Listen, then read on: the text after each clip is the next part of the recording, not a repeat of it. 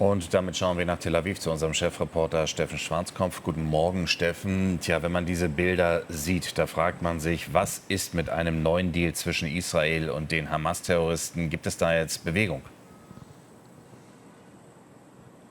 Also der Blick geht, glaube ich, heute Morgen hier von Israel eher in die USA. Dort hat der Sprecher des Nationalen Sicherheitsrates John Kirby und auch der Sprecher des Auswärtigen Amtes Matthew Miller beide unisono gesagt, dass Israel sich ganz offensichtlich zumindest teilweise kompromissbereit zeigt und dass am Freitag ein neuer Plan, ein neuer Geiseldeal vorgelegt werden könnte. Gleichzeitig ist es so, dass David Barnea, das ist der Mossad-Chef, nach Katar geflogen ist, um dort mit den Unterhändlern wieder zu sprechen. Auch dort hat er ganz offensichtlich, das berichtet zumindest die Times of Israel, versprochen, dass Israel seine Truppen aus dem umstrittenen Philadelphia-Korridor, das ist der Bereich zwischen Gazastreifen und Ägypten, teilweise zurückziehen werde, nicht komplett, aber aus den besonders bevölkerten Gebieten. Und das könnte sozusagen dann Teil des neuen Deals sein. Das heißt aber natürlich, dass zum einen die Hamas auch zustimmen muss. Das heißt zum anderen,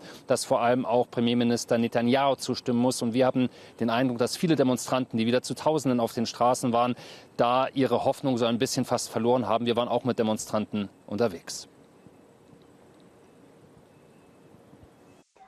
Manche Protestaktionen bedürfen kaum einer Beschreibung. Und diese Demonstranten in der Kleinstadt Modi'in machen auch nicht viele Worte. 6 Leichensäcke, 6 Tote, 6 Menschenleben, erst vor wenigen Tagen ausgelöscht. 200 Meter weiter geht es deutlich lautstärker zu. Diese Anwohner demonstrieren vor dem Haus eines ihrer Nachbarn, des stellvertretenden Ministerpräsidenten Israels, Yariv Levin. Es dauert nicht lange, dann erscheinen Sicherheitskräfte, die die Demonstranten ohne Gewalt, aber doch kompromisslos Meter um Meter zurückdrängen. Wir hören einerseits kämpferische Parolen. Was die Regierung tut, ist eine Schande. Wir sind hier, um gegen diese Politik zu protestieren. Wir hören aber auch Verzweiflung heraus. Ja, ich habe die Hoffnung verloren.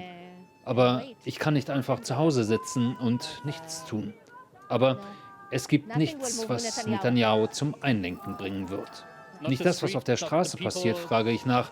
Die vielen Menschen, der internationale Druck. Wir sind ihm egal.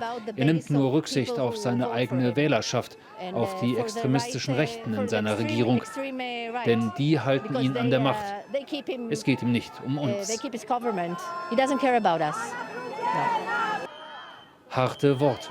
Und aus Sicht vieler Menschen auch die harte Realität in einem Land, das leidet, in mehrfacher Hinsicht.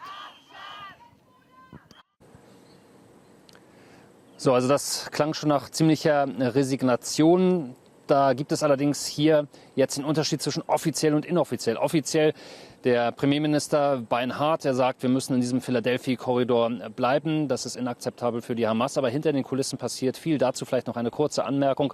Auch die IDF, also die israelische Armee, macht jetzt ganz offensichtlich Druck. Und das berichten hier auch israelische Medien, haben Netanyahu sehr deutlich gesagt, wenn wir weiter militärischen Druck ausüben im Gazastreifen bei weiteren Militäroperationen, das wird das Leben der Geiseln nicht nur gefährden, sondern das würde möglicherweise auch den Tod der Geiseln bedeuten. Also auch intern ist da relativ viel in Bewegung. Steffen, danke für den Moment nach Tel Aviv.